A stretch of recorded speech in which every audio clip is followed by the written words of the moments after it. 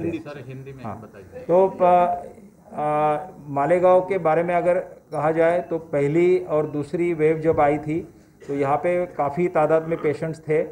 मालेगांव एक हॉटस्पॉट बन चुका था और सबकी नज़र इस पे लगी हुई थी कि यहाँ पे क्या हो रहा है। तो सब पूरा जिला प्रशासन, महापालिका प्रशासन, पुलिस प्रशासन, सब लोग बहुत काम पे जुट गए और सब यहाँ के जो लोग प्रतिनिधि हैं, यहाँ के नागरिक हैं, उनकी मदद से हम वो दौर में से बाहर आए हैं। तो अभी तीसरी जब ये वेव चालू है तो अभी ऐसा दिख रहा है कि यहाँ पे पेशेंट बिल्कुल कम संख्या में है, बहुत ही कम तादाद है उनकी। खाली 27 लोग यहाँ पे एक्टिव पेशेंट्स हैं अभी भी, जबकि बाहर के आंकड़े तो 4 फिगर्स में निकल गए हैं।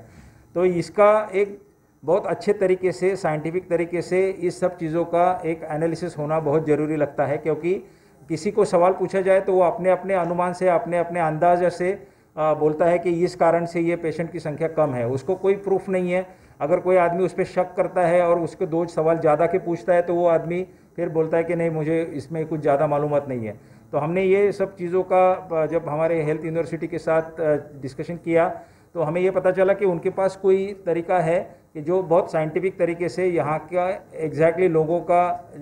रोज़मर्रा की ज़िंदगी में क्या क्या खासियत है, जो दवाइयाँ पिछली बार ली गई है उसका क्या असर है, या एंटीबॉडीज़ कितनी आई हुई है, कितनी लॉन्गेविटी है उस एंटीबॉडी की, ये सब चीज़ों का साइंटिफिक तरीके से पूरी तहकीकात करके वो एक अच्छे से पेपर तैयार करेंगे। जो पेपर पूरी दुनिया में जो पैटर्न है किसी भी स्टडी को लेके जाने का उसको मैच करता होगा, और फिर हम एक पूरे अपने देश को, अपने दुनिया के सामने ये रख सकते हैं कि एग्जैक्टली ऑफिशियल मालेगांव पैटर्न है क्या, यहाँ पे क्या हुआ है जिस वजह से पेशेंट ज़्यादा नहीं आ रहे हैं। तो इस वजह से हमने उनको एंगेज किया, उनको पूरा सपोर्ट, मैडम जो अभी वाइस चांसलर है जनरल कानिटकर, उनको हमारा पूरा प्रशासन, म्यूनसिपल प्रशासन पूरा सहयोग देगा। हमारी नागरिकों के साथ भी, यहाँ के जो सब जिम्मेदार लोग हैं उनके साथ इंटरेक्शन हुई, उन्होंने भी हमें कहा कि हम लोग भी पूरा सपोर्ट इसमें देंगे। आमदार साहब से भी बात हुई है, उन्होंने भी कहा कि हम पूरी तरीके से शरीक हो जाएंगे इस एफर्ट्स में, और एक ठीक तरीके का पैटर्न जो है वो दुनिया के सामने रखेंगे। तो इसका आगाज़ हम आज कर रहे हैं, मुझे लगता है कि 10-15 दिन में उसका जवाब हमें मिल जाएगा। प्रश्न 1 मिनट मैम, 1 मिनट रोल नहीं हुआ अभी, ठीक है, ओके।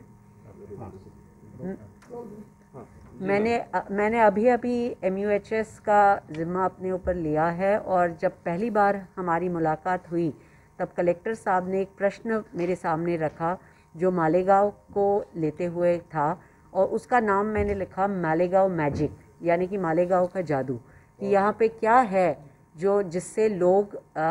फिट है, बीमार ज़्यादा नहीं हो रहे हैं, उनके तौर तरीके क्या है, उनके क्या। लेकिन इसके लिए, क्योंकि मैं सिर्फ एक डॉक्टर नहीं हूँ, लेकिन मेरे पास एक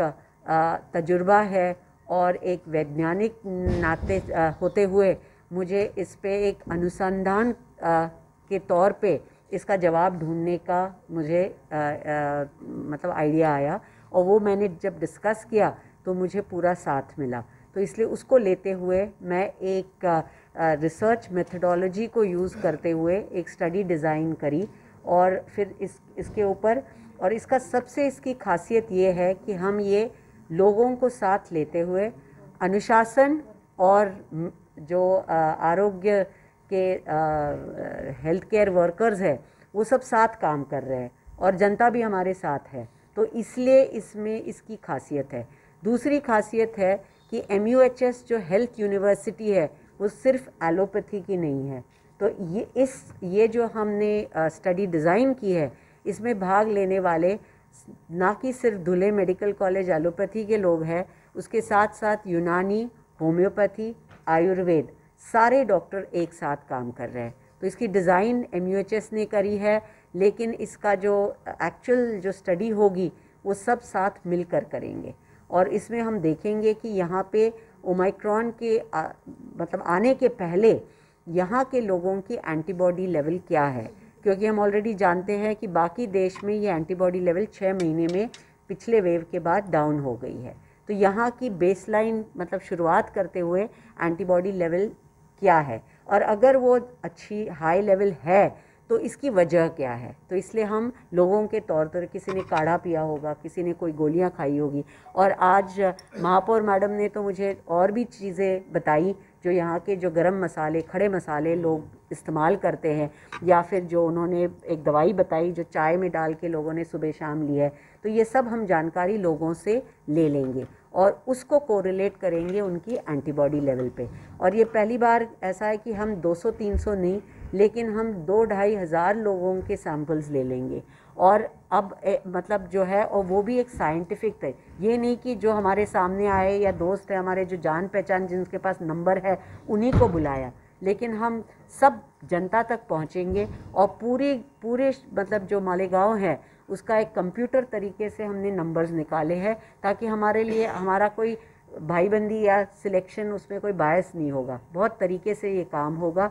और सबकी बेसलाइन एंटीबॉडी लेवल्स की जाएगी। और ओमाइक्रॉन की जो अगर यहाँ पे अगली वेव आती है और ओमाइक्रॉन में लोग बीमार होते हैं, तो उसके टाइम पे भी हम स्टडी करेंगे कि कितने लोग बीमार हुए, कितने लोगों ने इस बीच में वैक्सीन लिया। 3 महीने बाद हम दोबारा एंटीबॉडीज़ देखेंगे कि क्या इससे और बढ़ रही है। बाकी देश के जो ICMR वगैरह के सीरो सर्वेज पूरे इसमें एक मालेगांव का सैंपल इतना बड़ा किसी का नहीं होता है, तो इसलिए यहाँ की स्टडी बहुत मायने रखती है कि यहाँ का जादू हम पूरे ना कि सिर्फ हम अपने राज्य में फैलाएं, लेकिन अपने देश को और पूरी दुनिया तक ले जाना चाहते हैं कि भाई इसमें, और इस तरीके से अगर बहुत साइंटिफिक बेसिस पे हम स्टडी करेंगे तो फिर उसकी जो कदर है वो पूरी दुनिया करेगी। सबसे पहले मैं मालेगांव शहर वासियों को कहना चाहूँगी कि ये जो डॉक्टर्स की टीम हमारे मालेगांव शहर में आई है, ये टीम सर्वे करने के लिए इसलिए आई है कि ये जो बीमारी है कोरोना ओमिक्रॉन, ये बीमारी हमारे मालेगांव शहर में नहीं है, हमारे मालेगांव शहर में नहीं है। और क्यों नहीं है, तो ये रिसर्च करके ये देखना चाहते हैं कि ये यकीन जानिए हमारे लिए, हमारे मालेगांव शहर के लिए बड़े फ़ख्र की बात है कि जो खासियत है उसको उजागर करने के लिए ये एक डॉक्टर्स की टीम आई है कि अगर ये बीमारी हमारे मालेगांव शहर में नहीं है तो क्यों नहीं। और ये मैं ऐसा मालेगांव शहर वासियों से कहना चाहती हूँ कि ये टीम हमारा सैंपल लेने के लिए आएगी, ये एक रिसर्च के लिए होगा, इससे घबराने की कोई ज़रूरत नहीं है। ये जानना चाहते हैं कि मालेगांव शहर के लोग इतने फिट और इतने इस बीमारी से पाक हैं, तो ये जानना चाहते हैं। और अगर इनकी रिसर्च के अंदर जब ये चीज़ बाहर निकल कर आएगी कि क्यों नहीं, क्या वजह से नहीं है, तो वो चीज़ पूरे हिंदुस्तान में फैलेगी और हमारे शहर का बहुत बड़ा नाम होगा कि हमने ये किया तो उससे हमने कई लोगों की जान को बचाया। तो इसलिए मैं सभी मालेगांव शहरवासियों से कहना चाहती हूँ कि घबराने की कोई ज़रूरत नहीं। ये रिसर्च के लिए हमारा ब्लड सैंपल लिया जाएगा, क्योंकि पीछे मैंने देखा कि लोगों में डर और खौफ था कि क्यों ले रहे हैं, क्या ले रहे हैं। तो इससे घबराने की ज़रूरत नहीं, हमको ये करना है और देना है और इनका पूरा साथ निभाना है। हमारे हेल्थ ऑफिसर डॉक्टर सपना ठाकरे, हमारे आशा वर्कर और जितने भी मेडिकल कॉलेज के ये डॉक्टर्स, सब पूरी टीम हमारे शहर में आई है, ये हमारे मेहमान हैं। ये जानने के लिए आए हैं कि मालेगांव में इतने पावरफुल लोग हैं, इनका पावर क्या है, इनका जो कि ये क्या खाते हैं, कैसे इनकी रोज़मर्रा की ज़िंदगी में किन चीज़ों का इस्तेमाल होता है, वो उनकी रिसर्च में सामने आएगा और वो चीज़ पूरे हिंदुस्तान में ये फैलेगी। तो इसके लिए हम और हमारी महानगर पालिका, हमारा महानगर पालिका का आरोग्य डिपार्टमेंट, हमारे आयुक्त साहब, और ऐसे भी मैं आप लोगों को बताना चाहती हूँ कलेक्टर साहब कि मालेगांव शहर में ये वैक्सीन का जो इतना लेवल बढ़ा, इसके लिए हमारे सभी नगर सेवक को मैंने इसमें इस्तेमाल उनका किया कि नगर सेवक ने हमारे बड़ा काम किया। और उससे भी उन्हीं के साथ साथ हमारे जितने भी सोशल वर्कर हैं उन लोगों ने भरपूर मेहनत की